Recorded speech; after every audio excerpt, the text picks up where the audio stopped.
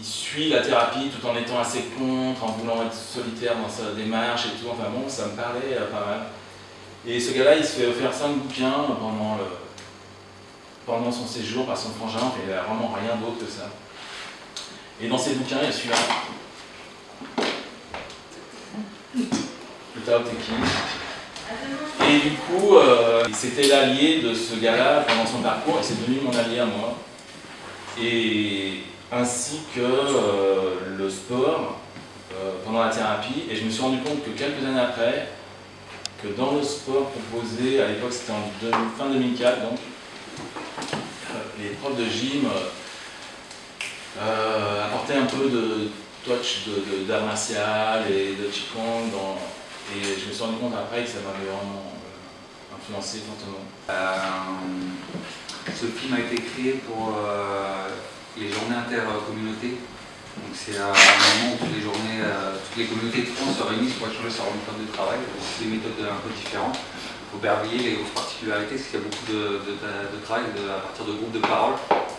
Et aussi que c'est en milieu urbain, donc ouvert, il n'y a pas d'activité spéciale ou ceci, cela, c'est quand même tout axé sur la thérapie, le collectif, le groupe, et aussi après les échanges qu'il peut y avoir avec la sortie et l'extérieur.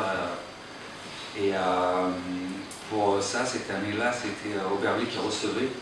Donc il y a quelques communautés de France qui sont venues à Aubervilliers avec Mideka, Fédération Addiction, tout ça.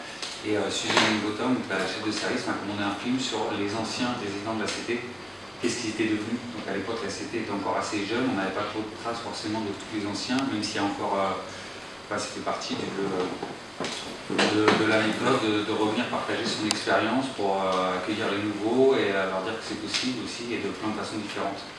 Donc moi, ce qui m'intéresse en tant que réalisateur, c'est les ressources personnelles. Qu'est-ce qui fait qu'on est unique, qu'on peut être fragile et à la fois qu'on peut être très fort aussi et proposer et vivre selon nos propres valeurs. Donc de filmer des toxicomanes, des alcooliques qui arrêtent de consommer, qui développent des ressources personnelles inouïes, ça m'intéresse beaucoup en fait. Et qui arrivent à faire le contraire de ce qu'ils ont toujours fait ou toujours cru. C'est-à-dire, c'était pas possible d'arrêter de consommer, ils le font. Et ils passent aussi de modes de vie qui sont assez autodestructeurs à des vies constructives. À reconnaître ma colère, à savoir ce que c'est. Moi je connaissais pas tout ça, tu me parles de colère, c'est quoi?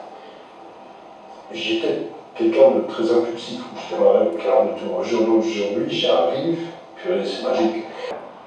Et dans la vie, à part le boulot et la famille, ben, je m'occupe de moi. Aujourd'hui, ben, j'ai découvert le tai chi. En réalité, ça ne me correspond pas du tout. Pendant que je pratique, voilà, c'est vraiment le calme intérieur. Et en plus, la chose bizarre, je me retrouve avec des amis de 90 ans qui sont plus doués que moi. Ces réflexions, elles pourraient être sorties d'un stage de Qigong ou d'un travail spirituel taoïste ou bouddhiste.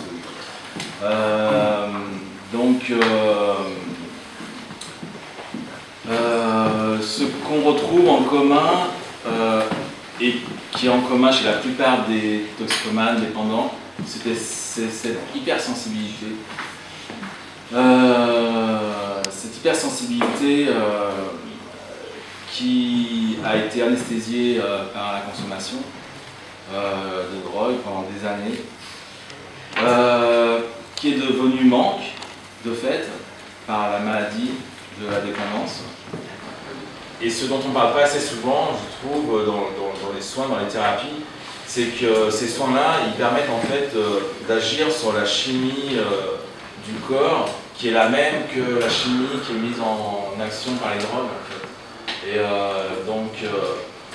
toutes les hormones de bien-être, de plaisir, en fait, qui sont activées par les drogues, elles le sont aussi par ces pratiques-là, en fait. Et bien souvent, il y a des personnes qui se relèvent de la table après un massage, qui disent « ouais, c'est aussi fort que la chose ». Retrouver son destin renoue avec la base. Renouer avec la base amène l'éveil. Ne pas connaître l'éveil conduit à la confusion. Connaître l'éveil ouvre à l'impartial. L'impartial s'ouvre au royal. Le royal s'ouvre sur l'éternel. L'éternel coïncide avec le Tao, qui fait un avec la voix du Tao. Rien ne peut l'atteindre, même la mort. Donc c'est tiré du Tao Te Ching. Et voilà, c'est comment de texte moi, qui m'attirait. Et donc,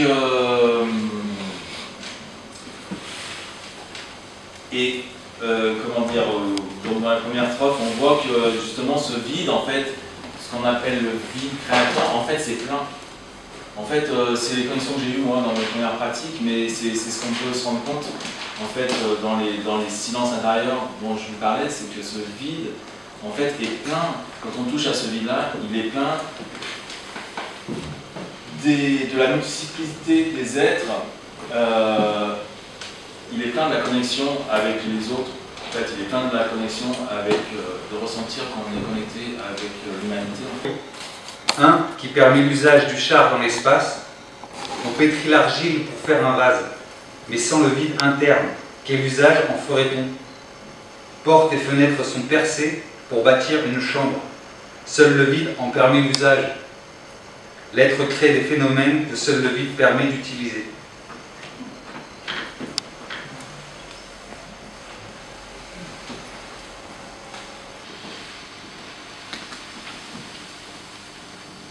On ramène à l'intérieur de nous. On va inspirer la terre sur le côté, comme si on ramassait avec des pelles. On ramène dans les épaules. On repousse les montagnes sur le côté. On descend dans la terre. On inspire le haut. Ici, comme une cascade.